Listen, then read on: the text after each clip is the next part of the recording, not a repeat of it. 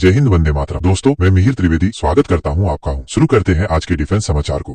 भारतीय वायुसेना के पास जो नेत्र मार्क 1 है, उनकी संख्या काफी कम है, यानी कि 3 की संख्या में, जिसमें से 2 तो ऑपरेशनलाइज हैं, बाकी एक टेस्ट बेड के रूप में काम करता है। भारत अब नेत्र मार्क 1 पर काम कर रहा है, जिसके लिए ऑब्वियस सी बात है हमें इस तरीके के EMB 145 की जरूरत होगी, जिसका प्रोडक्शन तो बंद हो गया है, लेकिन अब इसके लिए एक बड़ी योजना शुरू हो गई है, जिसे अब अडानी डिफेंस के द्वारा पूरा किया जाएगा। एम्ब्रेयर 145 का जो प्रोडक्शन था वो 2010 में बंद हो गया था, जिससे कि ब्राजील के एरोस्पेस एम्ब्रेयर के द्वारा तैयार किया जाता है। लेकिन अब दोस्तों कहा यह जा रहा है कि एम्ब्रेयर अब जो ऑपरेशनल यूनिट है इस वक्त अन्य देशों के साथ, उनसे इन्हें लिया जा सकता है और फिर अडानी डिफेंस के साथ मिलकर इन्हें मिलिट्री प्लेटफॉर्म में बदला जा सकता है, जिसके लिए अडानी डिफेंस एंड एरोस्पेस और एम्ब्रेयर के बीच एक समझौता होगा। MK1A वाला वेरिएंट जो होगा वो एडवांस क्षमताओं के साथ होगा, जिसमें कि एडवांस मिशन सूट और कुछ इक्विपमेंट में इसका मॉडिफिकेशन भी किया जाएगा, ताकि भारत चाइना और पाकिस्तान के साथ लगती सीमाओं पर उभरते हुए खतरों का सामना कर सके। 6 और विमानों के आ जाने से भारतीय वायुसेना की अवाक क्षमता में वृद्धि हो जाएगी और लगभग 3 गुनी ये वृद्धि हो जाएगी। आपको बता दें कि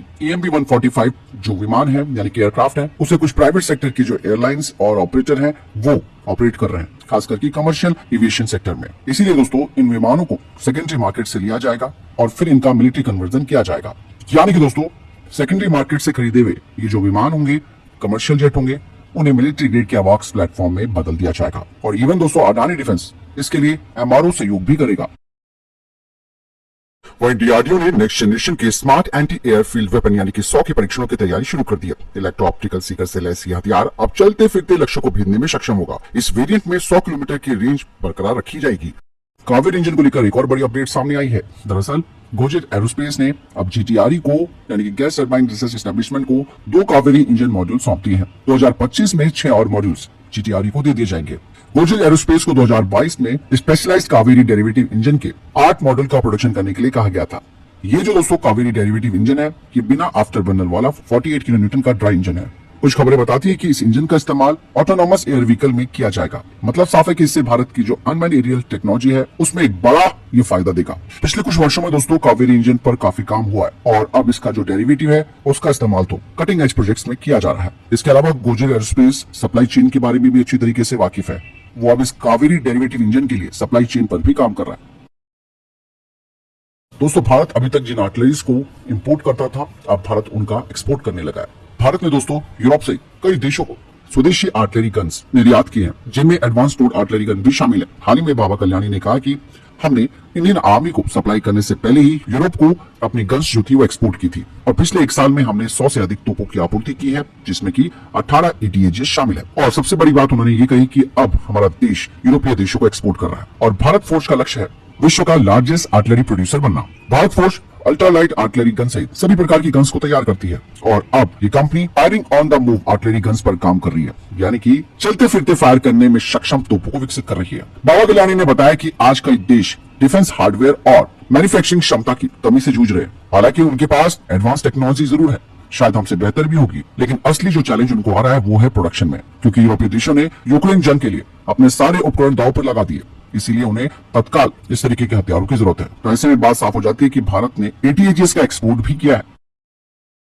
आज DRDO ने भारतीय सेना के लिए medium range surface to air missile का सफलतापूर्वक परीक्षण किया है, जिसे कि ओडिशा के तट पर डॉक्टर APJ अब्दुल कलाम द्वीप से किया गया। दरअसल दोस्तों ये टेस्ट जो किया गया है उसमें 4 ऑपरेशनल फ्लाइट ट्रायल्स शामिल थे, जिनका इस्तेमाल हाई स्पीड एरियल टारगेट्स के खिलाफ किया गया था और इन मिसाइलों ने हवाई लक्ष्य को रोका और उन्हें सीधा हिट कर दिया। ये जो 4 टेस्ट किए गए थे उसमें लंबी दूरी, छोटी दूरी और high and low altitude test शामिल थे, जिसके लिए ये 4 परीक्षण किए गए और ये सफल रहे। DRDO के साथ भारतीय सेना के द्वारा पूर्वी और दक्षिणी कमान के द्वारा ये परीक्षण आयोजित किए गए थे और अब भारतीय सेना की 2 रेजिमेंटों में इस हथियार सिस्टम को शामिल किया जाएगा। MRSAM जो कि सरफेस टू एयर मिसाइल है, जिसे कि DRDO और इजरायली एरोस्पेस इंडस्ट्रीज के द्वारा तैयार किया गया है, जिसका इस्तेमाल भारतीय सेना कर रही है। आपको बता दें कि MRSAM आर्मी वेपन सिस्टम में multifunctional radar, command post, mobile launcher system और अन्य वाहन भी शामिल है। दोस्तों AMC प्रोग्राम को लेकर प्राइवेट सेक्टर की इंडस्ट्रीज काफी उत्साहित भी हैं और ऐसे में जो वेम टेक्नोलॉजी है उसे एक और बड़ा काम दे दिया गया है EMC फाइटर जेट के लिए। अब इस कंपनी को प्रोटोटाइप के लिए एयरक्राफ्ट के फ्यूजलाज के टियर 2 निर्माण में योगदान देने का काम दिया गया है और वेम टेक्नोलॉजी शुरुआत में 4 से 5 प्रोटोटाइप के लिए AMC फ्यूजलाज के स्पेसिफिक सेक्शन का काम करेगी। हालांकि वेम टेक्नोलॉजीज ने यह नहीं बताया कि उनकी कंपनी कौन से फ्यूजलाज सेक्शन का उत्पादन करेगी। इसके अलावा दोस्तों कहा जा रहा है कि एएमसी के लिए सप्लाई चेन को स्थापित किया जा रहा है। जैसे जैसे इस विमान का प्रोडक्शन आगे बढ़ेगा, सप्लाईज की फिर पहचान की जाएगी और प्रोग्राम को आगे बढ़ाया जाएगा, जिसमें कि अधिक से अधिक कंपनियां शामिल हो सकती हैं। 2026 के अंत या 2027 की शुरुआत में एएमसी के प्रोटोटाइप को रोल आउट करने की योजना बनाई गई है। 2028 में पहली उड़ान की योजना है और 2032 तक सर्टिफिकेशन प्राप्त करने की योजना भी है और 2034 से ही ये फाइटर जेट इंडियन एयरफोर्स में शामिल हो पाएगा। वर्तमान में दोस्तों ये जो वेम टेक्नोलॉजी है वो एलसीए तेजस प्रोग्राम के लिए जो सेंट्रल फ्यूजलाज है उसे तैयार करती है। हैदराबाद की कंपनी द्वीप डिफेंस अब बॉर्डर सिक्योरिटी फोर्स को 10 उग्रम असॉल्ट राइफलें 7.62 × 51 mm की आपूर्ति करेगी, वो भी परीक्षण के लिए। दक्षिण कोरिया की कंपनी हनवा एरोस्पेस ने कल भारत को स्वदेशी निर्मित K9 सेल्फ प्रोपेल्ड हाउसर के एक्सपोर्ट करने के लिए 371.4 बिलियन वोन यानी कि 253.6 मिलियन डॉलर का सौदा किया है। हनवा एरोस्पेस का कहना है कि इस कॉन्ट्रैक्ट के तहत लार्सन एंड टुब्रो 2030 तक इंडियन आर्मी को K9 हाउसर वितरित कर देगी। हनवा एरोस्पेस की तरफ से यह भी कहा गया है कि अब उनके K9 हाउसर की बिक्री का रास्ता और साफ होगा यूरोपीय देशों के लिए भी। उन्होंने पहले ही K9 का एक्सपोर्ट रोमानिया और पोलैंड जैसे देशों को किया है।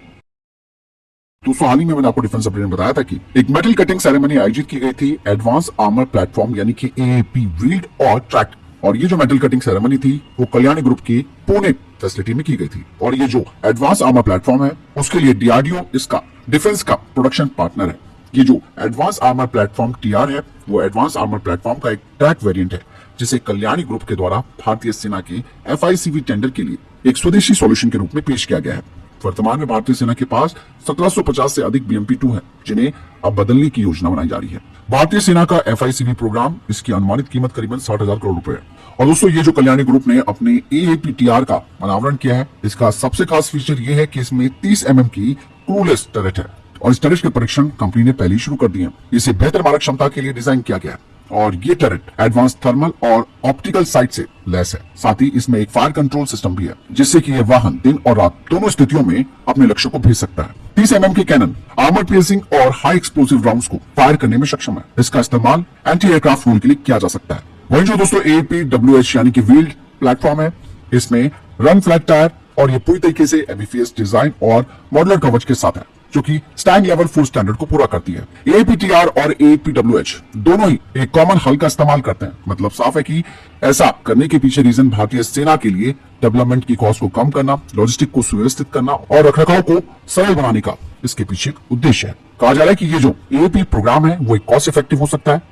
और ये वैप प्लेटफॉर्म का उत्तराधिकारी होगा। इसका वजन 24 टन के आसपास होगा। ये कॉम्पैक्ट और एक इंटीग्रेटेड 600 हॉर्स पावर के इंजन के साथ लैस होगा, जो रेगिस्तान से लेकर उच्च ऊंचाई वाले क्षेत्रों में बेहतर गतिशीलता के लिए high power to weight ratio प्रदान करेगा। आज की वीडियो में इतना ही। मिलते हैं दूसरी अपडेट के साथ। आपके लिए कमेंट बॉक्स खुला है। वीडियो को लाइक कीजिए, दोस्तों को शेयर कीजिए और चैनल को सब्सक्राइब करना ना